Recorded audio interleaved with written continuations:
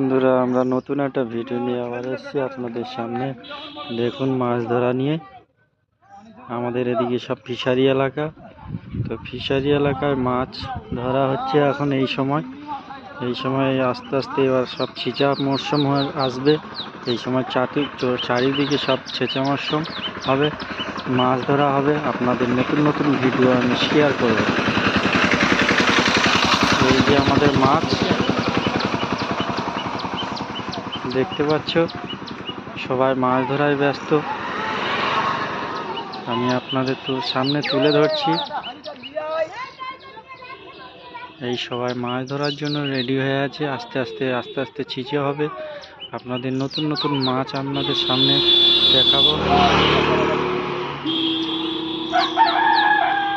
দেখতে পাচ্ছ গাইস, এখানে একটা বড় মাছ,